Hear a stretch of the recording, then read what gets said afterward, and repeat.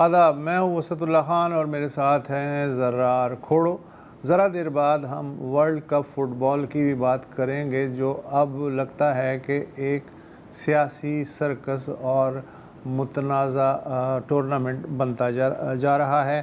اس کے علاوہ جتنا وقت ملا اس میں ہم ایودھیا کا جو رام مندر ہے اس میں کروڑوں روپے کے گھپلے کی جو خبریں ہیں ان پہ بھی بات کریں گے۔ لیکن پہلے ایک اور طبی سکینڈل۔ سندھ میں اگرچہ ایڈز کنٹرول پروگرام 1994 سے کام کر رہا ہے، یہ پروگرام شروع ہونے کے 25 برس بعد بھی امید کی جانی چاہیے تھی کہ اسباب کی بھلے روک تھام نہ ہو مگر طبی احتیاط کا انتظام کچھ بہتر ہو جائے گا۔ لیکن ہوا یوں کہ اپریل اور جولائی 2019 کے درمیان لاڑکانہ کی تحصیل رتو ڈیرو میں ایک دم 930 HIV پازیٹیو کیسز سامنے آ گئے۔ دسمبر تک ان کیسز کی تعداد 1221 تک پہنچ گئی۔ 80% مریض 5 برس سے کم عمر کے بچے تھے۔ ان متاثرین کا آج 7 برس بعد کیا حال ہے کوئی نہیں جانتا۔ استعمال شدہ آلودہ سرنجیں بنیادی سبب بتایا گیا تھا۔ حکومت کی طرف سے یقین دہانیاں بھی کرائی گئی تھیں، تحقیقات کا وعدہ بھی ہوا تھا، معاوضے کا وچن بھی دیا گیا تھا۔ وعدوں اور یقین دہانیوں کا نتیجہ اب یہ نکلا ہے کہ سب سے بڑے شہر کراچی کے صنعتی علاقے سائٹ میں سوشل سیکیورٹی کے صوبائی ادارے کے زیر انتظام ولی کا بائی اسپتال میں گزشتہ برس اکتوبر سے نومبر کے درمیان لگ بھگ 84 HIV کیسز کا پتہ چلا۔ حکومت کا دعویٰ ہے کہ اس نے اسی وقت چھان بین کا حکم دے دیا تھا۔ کئی محکمہ جاتی معطلیاں بھی ہوئیں۔ صوبائی محتسب کو اس معاملے کی چھان پھٹک کی درخواست بھی دی گئی، مگر اس درخواست کے 7 ماہ بعد صوبائی وزیر محنت سعید غنی اب کہیں جا کے اعتراف کر رہے ہیں کہ ولی کا بائی کی رپورٹ ٹھیک ہے اور ہو سکتا ہے کہ کیسز اس سے بھی زیادہ ہوں، مگر کچھ والدین انکوائری کمیٹی کے سامنے آنے سے ہچکچا رہے ہیں۔ وزیر محنت کا یہ اعتراف بھی سندھ ہائی کورٹ میں اس معاملے پہ دائر ایک شہری کی پٹیشن کی سماعت میں عدالت کی جانب سے حکومتی موقف پیش کرنے کے حکم کے بعد سامنے آیا۔ اس پٹیشن میں دعویٰ کیا گیا ہے کہ متاثرین کی تعداد 200 کے لگ بھگ ہو سکتی ہے۔ یہ صرف سندھ کا حال نہیں۔ جنوبی پنجاب کے سب سے بڑے نشتر ہاسپٹل ملتان میں نومبر 2024 میں HIV مریضوں کے لیے مختص ڈائلیسس مشینوں پہ عام مریضوں کے ڈائلیسس کے سبب 30 سے زائد انسان HIV سے متاثر ہوئے اور ایک کی موت ہو گئی۔ اسپتال انتظامیہ نے یہ رپورٹ دبانے کی ناکام کوشش بھی کی تھی۔ جنوبی پنجاب ہی کے شہر تونسا کے تحصیل ہیڈ کوارٹر اسپتال کے عملے کی پیشہ ورانہ غفلت اور استعمال شدہ سرنجوں کے مبینہ استعمال کے سبب 331 کیسز اس وقت سامنے آئے جب اس اسکینڈل کے لگ بھگ 1.5 برس بعد اس سال اپریل میں BBC کی ایک تحقیقاتی رپورٹ منظر عام پہ آئی۔ اگرچہ صوبائی حکومت نے ابتدا میں اس رپورٹ پہ شکوک و شبہات اظہار کیا، مگر پھر چھان پھٹک کا سلسلہ شروع کرنا پڑا میڈیا اور سوشل میڈیا کے دباؤ کے سبب۔ اس کے بعد سے اب تک کیا ہوا ہے اللہ بہتر جانتا ہے۔ آغا خان یونیورسٹی سے منسلک متعدد امراض کے ماہر ڈاکٹر فیصل محمود ہمارے ساتھ ہیں۔ اس سے پہلے بھی بارہا ہمارے مہمان رہے ہیں۔ Thank you so much doctor صاحب کہ آپ نے وقت نکالا۔ سرکار کہتی ہے کہ ری یوزیبل سرنجز کا استعمال اب ممنوع ہے اور اس کی جگہ آٹو ڈسیبل سرنجز استعمال ہوتی ہیں۔ اگر یہ بات سچ ہے تو پھر سینکڑوں کی تعداد میں نئے کیسز کیسے سامنے آ رہے ہیں؟ السلام علیکم، بلانے کا شکریہ۔ دیکھیں، ایسا ہے کہ جو ہمارے HIV کی کیسز آ رہے ہیں تو اس میں 2 چیزوں کا ہم کو تھوڑا ڈیوائڈ کرنے کی ضرورت ہے۔ ایک تو یہ کہ جو بالکل آپ نے کیسز جس کا ذکر کیا ہے جو کہ ہسپتالوں سے لگ رہا ہے، تو اس کا جو بنیادی ریزن وہی ہے جو کہ ری یوز آف انجیکشنز ہیں۔